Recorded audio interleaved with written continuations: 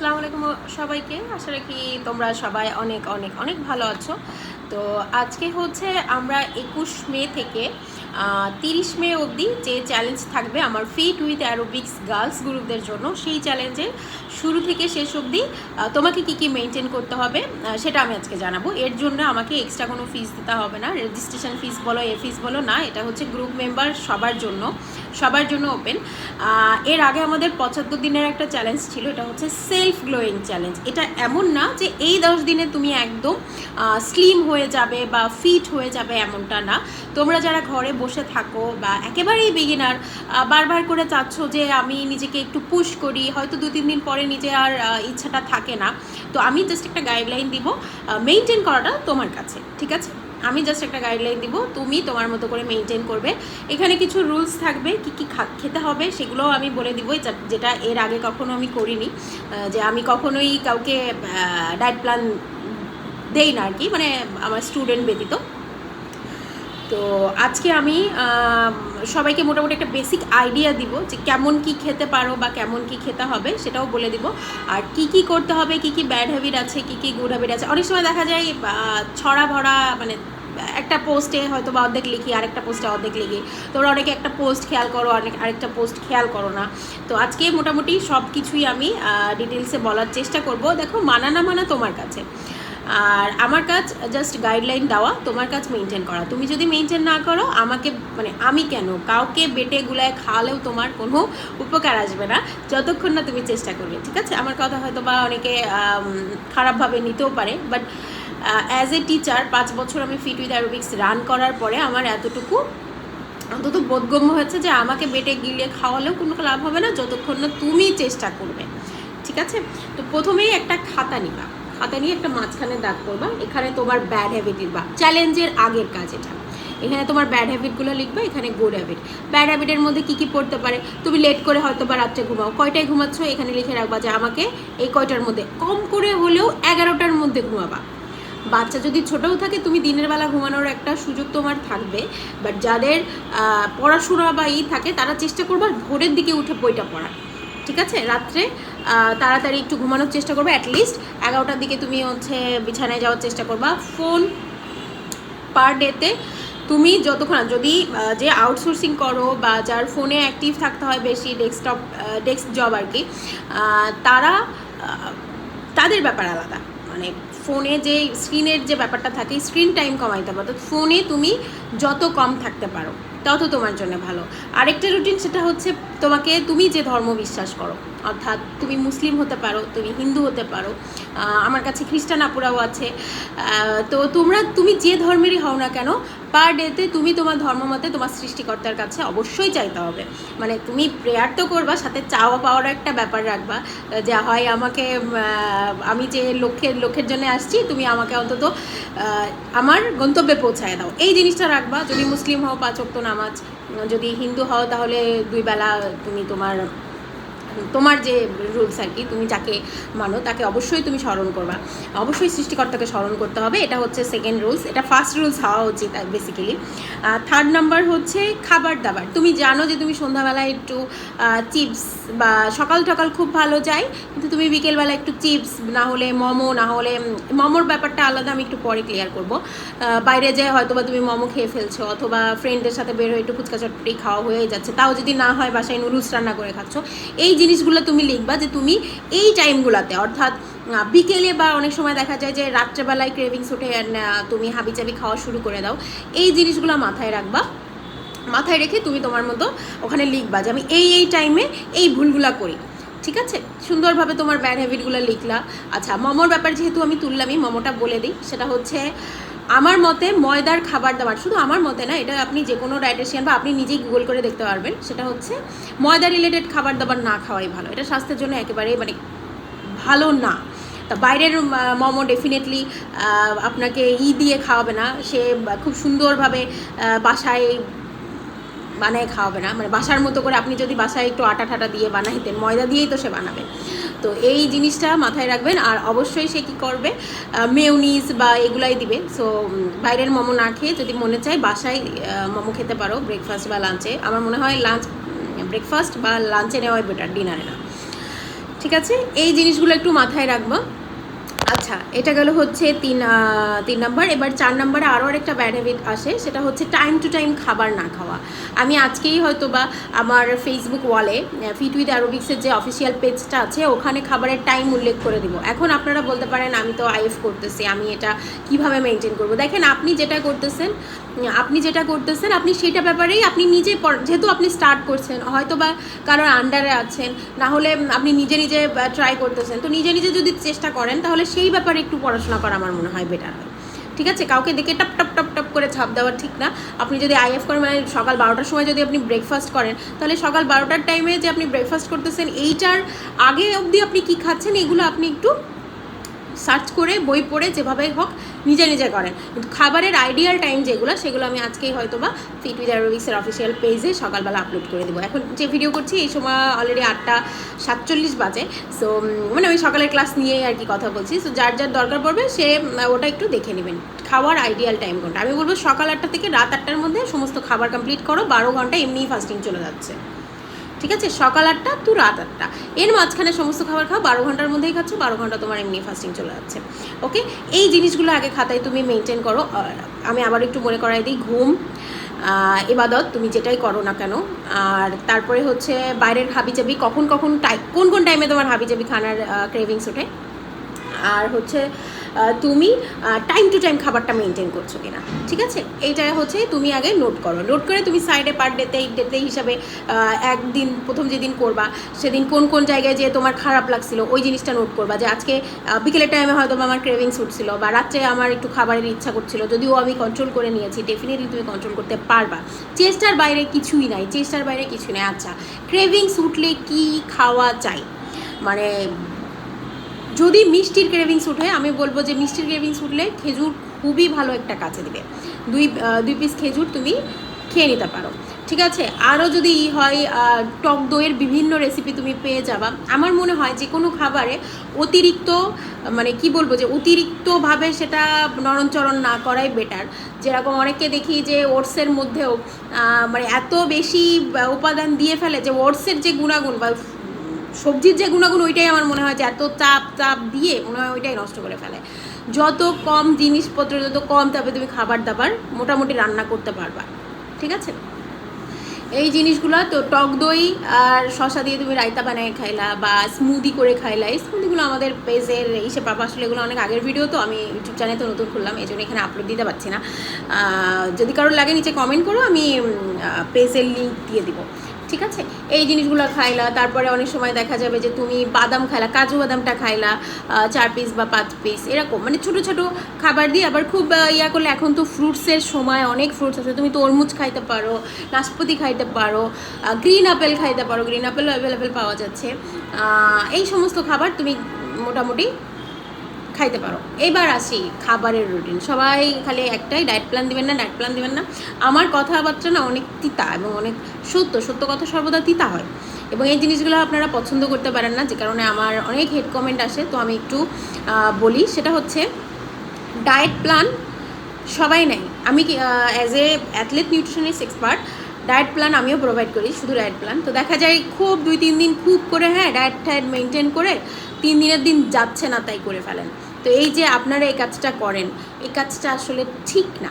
আমি আবারও বলি, এই কাজটা ঠিক না।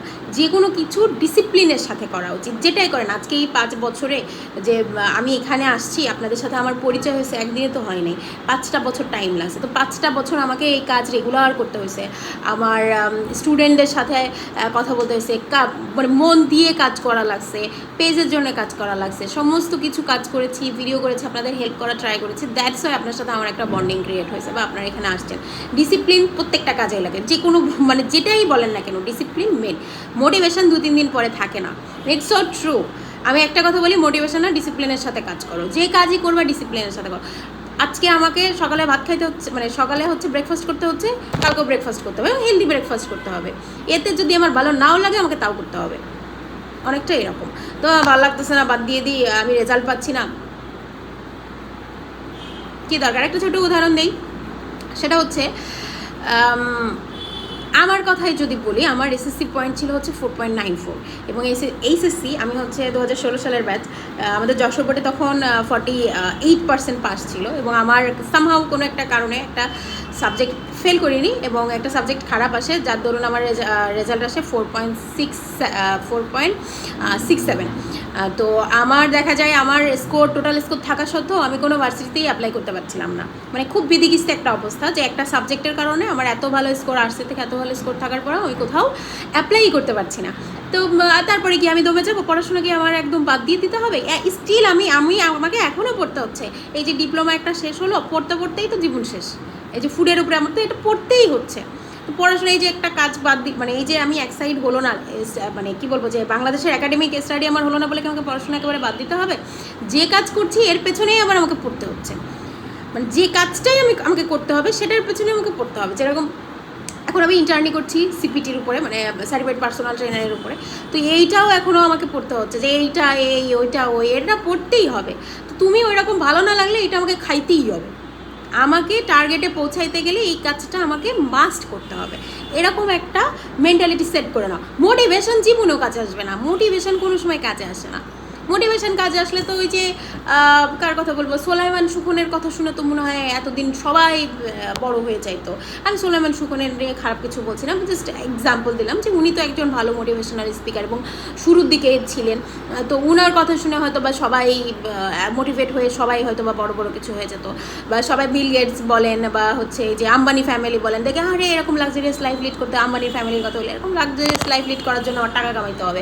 মোটিভেশন 2-3 দিন থাকে, 4 দিন থাকে না। যারা ডিসিপ্লিনের সাথে কাজ করে, আপনি চুরি করতে গেলেও আপনাকে পরিশ্রম করতে হবে, ডিসিপ্লিনের সাথে কাজ করতে হবে। সো ডিসিপ্লিন থাকেন, কোনোভাবেই বাদ দিবেন না। হচ্ছে না, করতেছি, যা হবে রেজাল্ট তো একটা পাওয়া যাবে, ভালো লাগতেছে না, পড়তেছি, রেজাল্ট তো একটা পাওয়া যাবে। ঠিক এরকম করে মাইন্ড সেট করে নেবেন। আচ্ছা, এরপরের কাজ হচ্ছে এখন আমি কি খাবো। যেহেতু আমি বললাম যে টাইম ওখানে দেওয়া থাকবে, হয়তো বা সকাল 8টা থেকে রাত 8টার মধ্যে সমস্ত খাবার খেতে হবে। সকালের দিকে চেষ্টা করবেন আর ডিম, তারপরে হচ্ছে ওটসের স্মুদি খেতে পারেন, বা ওটসের যারা মনে করেন যে ওটস খুবই অখাদ্য কুখাদ্য, আমার ফেসবুকে যথেষ্ট পরিমাণ আমি হচ্ছে রেসিপি শেয়ার করার চেষ্টা করি। আমি 2-3টা রেসিপি, মানে ঝাল রেসিপি, মানুষ একটু মিষ্টি কম পছন্দ করে, তো ঝাল যে রেসিপিগুলো আছে আমি এখানে ডেসক্রিপশনে আমি সুন্দর করে ওগুলোর লিঙ্ক দিয়ে দিব। আপনার যাদের প্রয়োজন ওই রেসিপিগুলো ট্রাই করে একটু খেয়ে দেখতে পারেন। এবং আমার কোনো আহামরি এই লাগবে, বাটার দিয়ে লাগবে, ঘি দিয়ে লাগবে, এত মানে আমি জাস্ট বাসায় নর্মালের কথাই বলছি যে এটা কেনা লাগবে ওটা কেনা লাগবে না। একবার বাসায় যা আছে সেই সিম্পল জিনিসগুলো দিয়েই আপনি বানাইতে পারবেন। এরকমভাবে আমি 3-4টা রেসিপি শেয়ার করবো, যেটা আপনি মর্নিংয়ে অথবা ডিনারে নিতে পারবেন। তাছাড়া আমি যখন এবার কত করলাম, 10 কেজি ওয়েট লস করেছিলাম একটানা, আমি ওটা হচ্ছে মোটামুটি আপনাদের সাথে খাবার শেয়ার করেছিলাম। তো ওই সময় আমার যে খাবারটা ছিল, একটা স্যুপ ছিল, তো ওটা সবাই খুব বারবার বলতেন রেসিপি। আমার মা নিজেই ওইটা মানে কি নিজের ইচ্ছাতেই ভিডিও করে আমার ভাইকে দিয়ে ভিডিও করায়, এডিট করে আপলোড ওরাই করছে। তো ওই ভিডিওটা আমি লিঙ্কে দিয়ে দিব, যেটা আপনি মর্নিং বা ডিনার যে কোনো টাইমেই নিতে পারেন এবং এটা আপনাকে খুবই হেল্প করবে এবং খুব মজার। আমার কাছে খুবই ভালো লাগে, আমি আহামরি গরম গেলেও এই স্যুপ খাইতে খুব পছন্দ করি। ওকে, লাঞ্চটা কেমন হওয়া উচিত এটা একটু বলি, স্ন্যাক্স আইটেমে লাস্টে বলবো। বারে খান, একবার না খেয়ে বারে খান। আচ্ছা, তো এরপরে হচ্ছে লাঞ্চ আইটেমটা 3টার মধ্যেই কমপ্লিট করার ট্রাই করবেন। তো লাঞ্চ আইটেম যদি আপনি 3টার মধ্যেই কমপ্লিট করার ট্রাই করেন, একটা প্লেট নেবেন, যে প্লেটে 3টা খণ্ড করবেন, মাঝখান দিয়ে একটা খণ্ড, মানে এই তো গোল একটা রাউন্ড প্লেটের মাঝখানে একটা খণ্ড, ডান সাইড একটা। নাম তো ছবি দেখায়, হ্যাঁ আমি তো অ্যারোবিক্স অফিসে, আমার বাসায় নাই, যার কারণে বোঝাইতে পারছি না। গোল্ড হলো আমার রান্নাপাতি খুবই খারাপ। আচ্ছা, এরকম একটা প্লেটে আপনি ভাগ করে নেবেন। এই সাইডে আপনি ভেজিটেবল নেবেন। ভেজিটেবলের মধ্যে যদি চান 1-2 স্লাইস আলু আপনি নিতেই পারেন। 1-2 স্লাইস, যেহেতু ওয়ার্কআউট করার পরে আপনি 1-2 স্লাইস আলু নেন, কিন্তু আলু ভাজি না। কি বলেছি বোঝা গেছে? যে আলু ভাজি না, এই সাইডে আপনি নেন। প্লেটটা এভাবে ভাগ করবেন, প্লেটটা ভাগ করে এই সাইডে আপনি হচ্ছে সবজি নেবেন, এই সাইডে হচ্ছে আপনি প্রোটিন, যে কোনো প্রোটিন আপনি নিতে পারেন। মাছ মাংসের ক্ষেত্রে স্টেপ বলবো যে রেড মিট হইলে এই 10 দিনে 2 দিন বা 1 দিন আপনি খান, প্রত্যেক দিন না। তবে মাছ মাংস যে কোনো ধরনের এখানে মাছ। আর এই পাশে সব থেকে কম যে অংশ আছে এই অংশটাতে আপনি ভাত নেবেন। কি বললাম বোঝা গেল? একটা প্লেট আপনি যত বড় প্লেটেই খান না কেন, একটা প্লেট আপনি ভাগ করেন, এই সাইডে আপনি টোটাল হচ্ছে ভেজিটেবল নেন, চাইলে সালাদ দিতেও পারেন, কিন্তু শুধু সালাদ দেওয়াটা উচিত হবে না। একটু ভেজিটেবল রাখেন, এক সাইডে ভাত রাখেন আর এক সাইডে এই প্রোটিন রাখেন। এখন আমি এখানে একটু বলি, সেটা হচ্ছে অবশ্যই সাজায় সুন্দর করে একবারে নেবেন, নিয়ে বসে যায় বাচ্চা ছোট, আমি পারবো না, আমার সময় হবে না, এটা একটা বাহানা। বাচ্চা ছোট, বাচ্চাকে খাওয়ালেন, বাচ্চার খাবার খাওয়ান না, বাচ্চাকে খাওয়ানো শেষ, আপনি আপনার মতো প্লেটে নিয়ে একসাথে বসেই খাইলেন। শ্বশুর শাশুড়ি আছে, দেবননদ আছে, ঠিক আছে, তাদের সাথেই আপনি খাইতে বসছেন, কিন্তু আপনি আপনার মতো করে নিয়ে বসলেন। খুব ভালো হবে একসাথে না বসা। আম্মা আপনারা খেয়ে নেন, আমি একা একা খাবো, যা দেবেন প্লেটে দেন, আমি একা একা পরে নিয়ে খাচ্ছি। কাজের ব্যস্ততা দেখাবেন একটু, খুব খুশি হবে শাশুড়ি, খুবই খুশি হবে। এক্সপিরিয়েন্স নেই বাট মানে নিজের নেই বাট অনেক এক্সপিরিয়েন্স। আচ্ছা, এটা গেল আপনার লাঞ্চ খাবার। এবার হচ্ছে 2 বার, আমি মোট 5 বেলার খাবার দিচ্ছি। সকাল 11টা বা 10টা 11টা, 9টা থেকে 11টার মধ্যে একটা খিদা ভাব আসে, আরেকটা ভাব আসে বিকেলের দিকে। রাত্রের কথা বাদ, যেহেতু আগে আগে ঘুমাবা, সো রাত্রে খাওয়ার কোনো দরকার নেই। এই স্ন্যাক্স আইটেমগুলোতে বাদাম দিয়ে অনেকে করেন কি, এক খাবলা এতক্ষণ করে করে দেখি বাদাম খায় পেটটা ভরায় রাখেন, এই দরকার নেই। ফ্রুটস খান, এখন ফ্রুটসের অনেক অপশান, কারণ এখন ফ্রুটসের এটাই। এক্ষেত্রে ছোট্ট একটা বিধিনিষেধ আছে, সেটা হচ্ছে যেদিন আম খাবেন সেদিন কলা খাওয়ার দরকার নেই, যেদিন কলা খাবেন সেদিন আম খাওয়ার দরকার নেই। এখন পাকা আমের সিজন, কাঁচা আম আপনি অ্যাভেলেবেল খান, পেয়ারা খান, তরমুজ খান, নাশপাতি খান, গ্রিন আপেল খান, বেদানা খান সরি আমার বাসার নিচেই হচ্ছে সব ফল বিক্রি করে, তো ওই দেখে দেখে মনে করছে কী কী পাওয়া যায় এখন। শুধুমাত্র আম, কলা আর অতিরিক্ত পাকা পেঁপে, এই 3টার ব্যাপারে একটু সতর্ক থাকেন। বাদ বাকি ফল আপনি খেয়ে ফেলেন। তালের শ্বাস খান, লিচু খাইলে 5টা খান, মানে লিচুর আবার মিষ্টির উপরে ডিপেন্ড করে। আঙ্গুর খাইলে খুব বেশি না, আঙ্গুর খাইলে 6টা কি 7টা, হাইয়েস্ট 8টা, ওটাও ঠিক আছে। এভাবে করে অল্প অল্প করে খান। আখের রস যদি খাইতে হয়, মেক শিওর করেন যে উনি আপনাকে স্যাকারিন দিচ্ছে কিনা, বা উনি যে আখের রসটা আপনাকে দিচ্ছে ওটাতে অন্য কোনো, যে অনেক সময় করে কি নিচ থেকে আখের রস তুলে দেয়, এটা দিচ্ছে কিনা, এগুলো একটু কেয়ারফুলি একটু চেক করে নেন। তো পার ডেতে দেখা যাবে যে হাফ গ্লাস বা 1 গ্লাস আপনি আখের রস খান, আপনার জন্য খুব ভালো হবে। বাট যাদের ডায়াবেটিক্স আছে তাদের ক্ষেত্রে একটু বিধিনিষেধ। খেজুর খাইলে 2 থেকে 4 পিস, এর বেশি না। আবার হচ্ছে অনেকে পপকর্ন খাইতে চান, হ্যাঁ পপকর্ন এই যে 11টা, মানে সকাল 9টা থেকে 10টা, এবং সকাল 9টা থেকে 11টা, এবং বিকেল 3টার পরে যে বেলাটা আছে 3টা থেকে 6টা, এর মধ্যে যখন খিদা লাগবে এই খাবারগুলো খাবেন। টক দই খেতে পারেন, পিনাট বাটার খাইলে 1 চামচ, এবং অবশ্যই এটাতে যে সুগার নাই এটা আপনাকে শিওর করতে। অনেকে দেখি নিউট্রেলা খায়, নিউট্রেলা আমরা ওয়েট গেইনিংয়ের জন্য দিই। সাবুদানা খাওয়া যাবে না। যারা ওয়েট গেইন করতে চাচ্ছেন তাদের জন্য আলাদা, যারা ওয়েট লস করতে চাচ্ছেন তাদের জন্য জাস্ট এই এক্সাম্পল। আপনি নিজে খাতায় লিখে নেন, আমি যে কথাগুলো বলছি আপনি যদি খাতায় লিখে নিতে পারেন, আপনি ভালো একটা ডায়েট প্ল্যান বানাইতে পারবেন। আর যদি খাতায় না লিখে রাখেন, আমার কথাই খালি শুনেন, এটা বলছিল ওইটা বলছিল, তাহলে গেছে গা। আমি সবসময় বলেই দিই, কিন্তু আপনারা বুঝাই নিতে পারেন না, অনেকেই পারেন না। যারা পারে, আমার এমনও আছে জাস্ট ভিডিও দেখে দেখেই 10-15 কেজি পর্যন্ত কমায় নিছে, এবং এই রিভিউগুলো আমি আপলোড খুব কম দিই। মানে কেমন জানি লাগে, মানে ভালো লাগে যে ওরা আমাকে দেখে কমছে, বাট এটা বিজনেস কোয়ালিটির, মানে বিজনেস পেজ, তো এই জন্য আমি ওনাকে তো সার্ভিস দেই নাই, উনি তো আমার কাছ থেকে মানে সার্ভিস নেয় নাই, উনি জাস্ট আমাকে ফলো করে এটা পাইছে। এটা আমার ভালো লাগে, এটাতে আমার মানে আমার কি বলবো, যে আমার কোনো অবদান নাই, যেটা ট্রু, যে এখানে আমার কোনো অবদান নেই। ও কষ্ট করে আমাকে ফলো করে ও হচ্ছে রেজাল্ট পাইছে এরকম, সুতরাং ওর ক্রেডিট বেশি। আমি তো গাইড করি মানুষকে টাকার বিনিময়ে, যেটা ট্রু, কিন্তু ও আমাকে ফলো করে, আমি যে গাইডলাইন দিছি ও সেটা নিজে নিজে মেনটেন করে ওর এত সুন্দর রেজাল্ট, সেটা অনেক ভালো লাগে আমার। কিন্তু এইগুলো আমি আসলে ওইভাবে দেখাই দিতে একটু লজ্জা লাগে। তারপরে যে প্রেগনেন্সি, আমাদের পার মান্থে, এই মান্থেও কয়জন, 4জন না 5জন এরকম প্রেগনেন্সির রেজাল্ট আসছে, আলহামদুলিল্লাহ। খুবই ভালো লাগে যখন কোনো আপু বলে।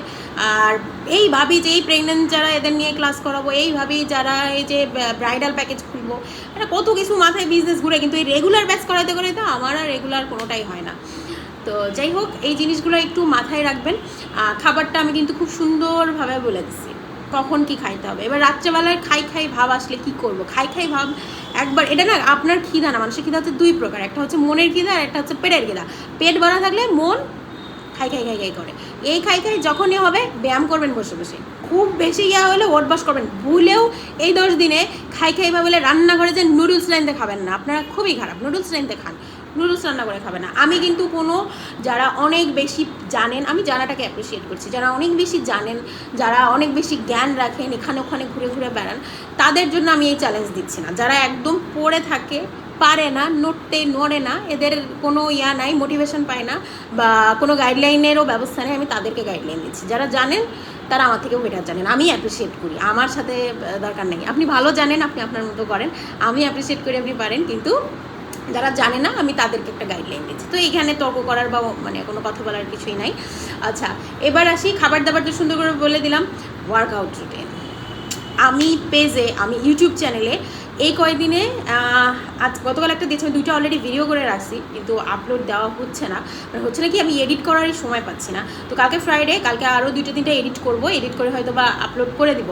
তো তোমরা, আমি প্রত্যেক দিন ফিট উইথ অ্যারোবিক্সের যে গ্রুপটা আছে, মানে গার্লস যে গ্রুপটা আছে, ওখানে প্রত্যেক দিনের ওয়ার্কআউটের রুটিন ওখানে লিখে দিব, যে আজকে এইটা করতে হবে, বা দেখা গেল যে 3 দিন এই রুটিন ফলো করবা, 3 দিন এই রুটিনগুলো ফলো করবা, ওখানে আমি সুন্দর করে লিখে দেবো। এবং আমি যেভাবে ক্লাস নেই কাইন্ড অফ ওরকম করে আমি এখানে ইউটিউব মানে ভিডিওগুলো আপলোড করছি, যে বিগিনার থাকবা সেরকম করবা, আমার সাথে কীভাবে করতে হবে। আপনি হয়তো ভিডিও দেখে দেখে করেন, অনেকজনকে ফলো করেন, তারা কিন্তু আমার মতো এরকম কথা বলে আপনাকে বলবে না যে এটা এইভাবে করো, এটা এইভাবে করো, দেখাই দিবে, ওর সাথে স্পিড দিয়ে করো।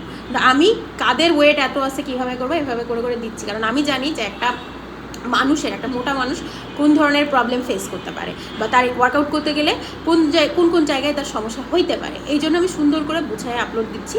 তো তোমাদের যার যেভাবে দরকার সে সেভাবে সেইটুকু ফলো করে, যেমন বিগিনারদের প্রথমে দেই, তারপর যারা অ্যাডভান্স লেভেলে আছে তাদের তার লাস্টে দেই, এরকম করে তুমি তোমার মতো করে নিও, ঠিক আছে? তো ওয়ার্কআউট রুটিন দিলাম, ব্যাড হ্যাবিট দিলাম, খাবার কী কী খাইতে হবে বলে দিলাম, কীভাবে খাইতে হবে। যেমন সকালে ওটস, ডিম, মানে কী কী খাইতে পারো, ওটস, ডিম, ভেজিটেবল। ডিনারে ওটস, ডিম, ভেজিটেবল।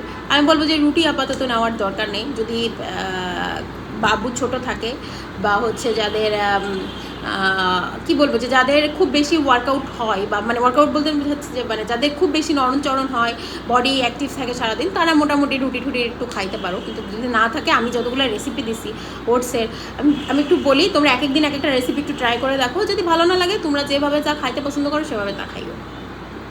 বাট আমি বলি যে আমার রেসিপিগুলো যদি তুমি ট্রাই করো, মাস্ট তোমার ভালো লাগবে, এতটুকু আমি বলতে পারি।